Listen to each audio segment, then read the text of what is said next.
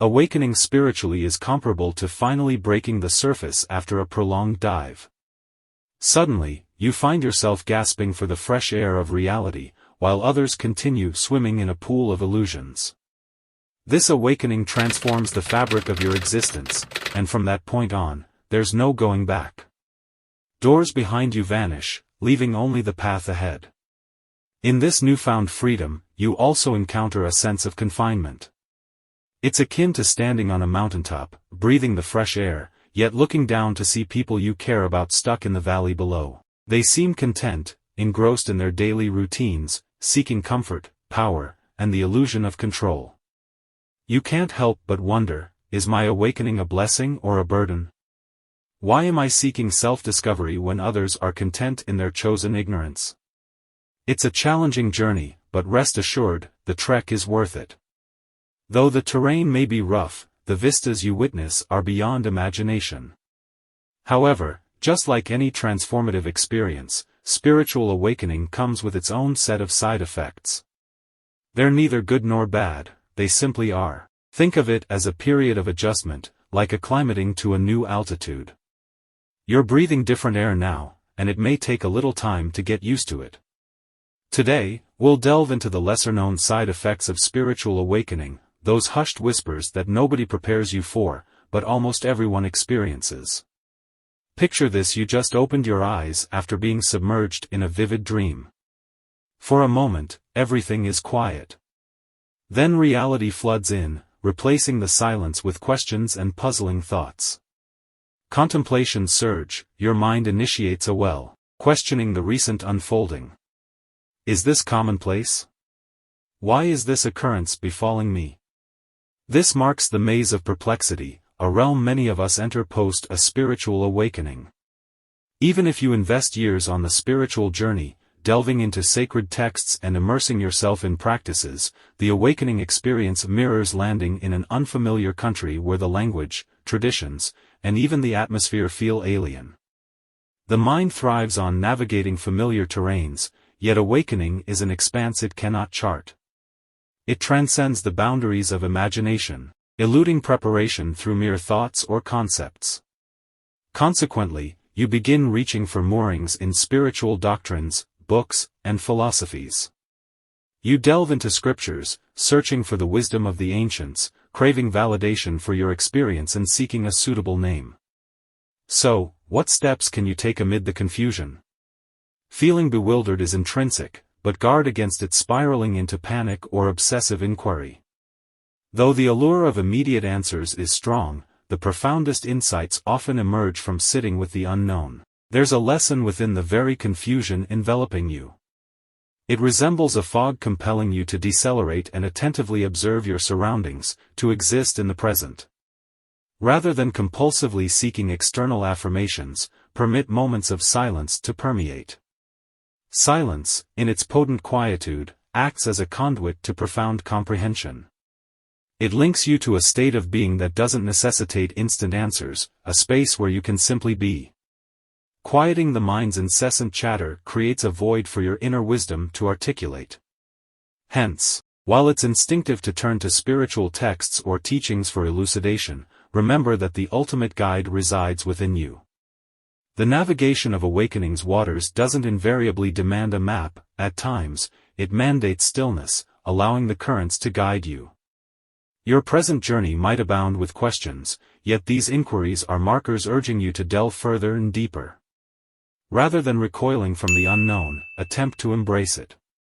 The allure of awakening lies in its perpetual unfolding, unraveling layers you were oblivious to. Confusion doesn't constitute an insurmountable obstacle. It resembles more of a detour, a winding trail that may be more extended but teems with scenic panoramas absent on the direct path. Consider it an invitation to delve deeper, listen more intently, and summon a level of patience and openness you may not have explored before. It felt like being disconnected. Picture discovering a new radio station broadcasting music that resonates deep within your soul. However, as you tune in, you realize that other stations are now static, distorted, or completely silent. This encapsulates the sensation of disconnection often accompanying a spiritual awakening. As you draw closer to your authentic self, you may notice changes in the circle around you. Interactions with old friends become intricate. You find yourself retreating into silence when once you would freely engage. Topics that once captivated you now feel superficial, and people who were anchors in the past become like distant stars, still visible but far away. Your priorities shift rapidly. Awakening can feel like inhabiting a new skin, and it's not uncommon to feel lonely in this transformative phase. You may find yourself yearning for meaningful conversations and connections that fuel, rather than deplete, your spiritual energy. So, what can you do amidst the disconnection? Feeling disconnected is not a summons to squeeze back into your old pants, so to speak. Embrace the uniqueness of your new self, even if it confuses or alienates others. This journey isn't about them, it's about you. As you evolve, it may be challenging not to be influenced or hurt by the majority, but it's crucial to remember why you embarked on this journey in the first place, to be authentic to yourself. This period of doubt and vulnerability is delicate and requires safeguarding your newfound self like a tender sprout. Connect with spiritual allies who listen without judgment and provide a sanctuary for your evolving beliefs. Choose spaces where your heart feels heard rather than places that force you to expand yourself or defend your journey. It's akin to being a sapling in a forest of ancient trees. While they may tower over you, remember that you too are growing at your own pace and in your own direction.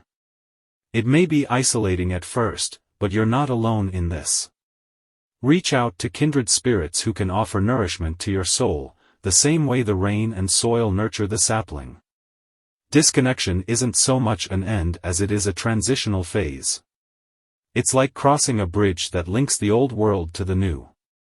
On the other side, you'll find different but equally valuable connections that align with your authentic self. Increased pain. Awakening isn't a magic switch that suddenly dissolves the ego and bathes you in perpetual serenity. In fact, becoming awakened often means you'll experience more pain, not less. Why is that? Because awakening peels back layers of ignorance. It's like flipping a switch that turns on a brighter light in a room. Now you can see everything, even the dust and stains that were always there but not visible before.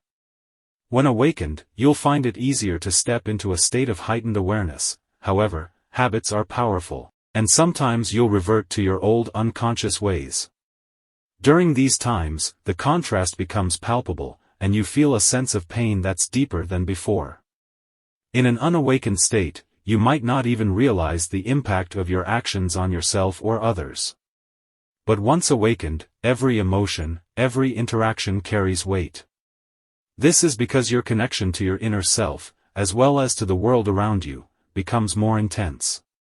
It's not just about your own pain anymore. You become acutely aware of the suffering of others and even the collective anguish of the world. Your senses are heightened. Empathy and sensitivity, once side products, now become the main features of your awakened state. As counterintuitive as it may seem, the pain you feel is actually a positive indicator. It shows that you are deeply in tune with life. Attempting to block out the pain won't work. If you try, it will only return with greater intensity. Instead, find a way to express this heightened sensitivity. Let it out. If tears come, let them flow. If a scream is building within you, let it out. Channel this emotion into creative endeavors like writing, painting, or gardening.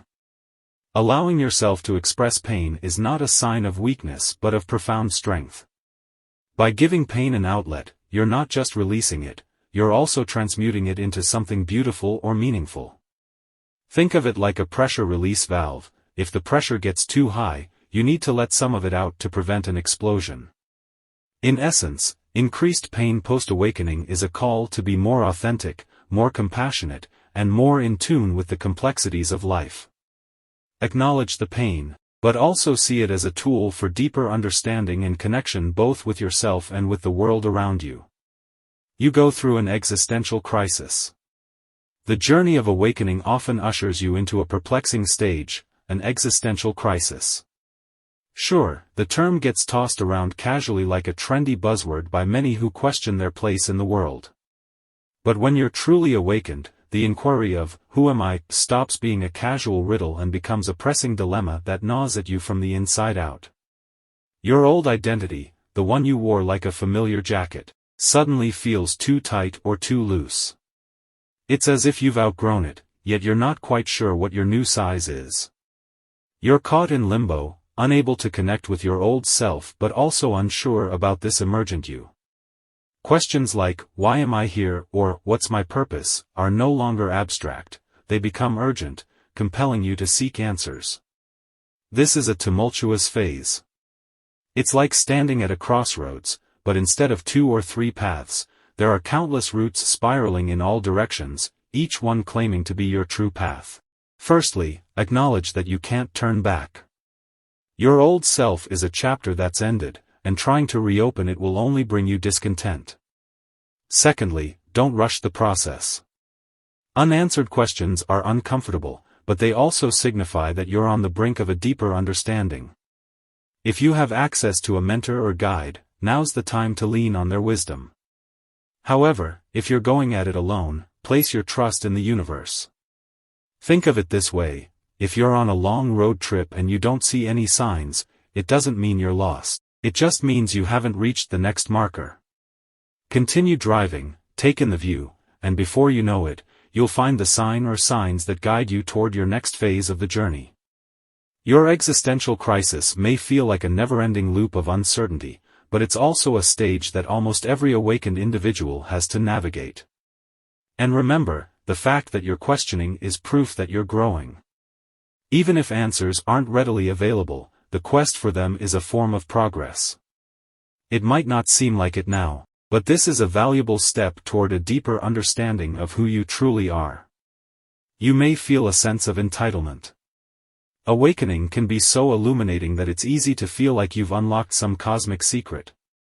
It's not uncommon to start seeing yourself as someone special, a guide in a world that seems lost. The belief that you're chosen or superior can easily creep into your consciousness. You may find yourself with a strong urge to awaken others, to shake them awake from what you perceive as their slumber. Yet, this is where you have to be cautious. Your path is just that, yours. Everyone has their own journey, complete with individual lessons and timing. Trying to accelerate someone else's spiritual progress is like trying to open a flower bud by force. It won't quicken the blooming and could even harm the process. Don't mistake your empathy for a free pass to give advice no one asked for. Good intentions can sometimes translate into unwarranted interference. So, hold your wisdom close unless it's sought. Your primary tool should be love, pure, non-judgmental love. Love can be a gentle nudge that allows people to consider new perspectives without feeling pressured. Think of your conversations as a cup of tea. Love should be the water, the base, and your wisdom should be like the tea leaves, subtly flavoring the interaction but not overwhelming it. If someone is ready and open, they'll ask for more tea leaves. Otherwise, a warm cup of water is comforting in itself.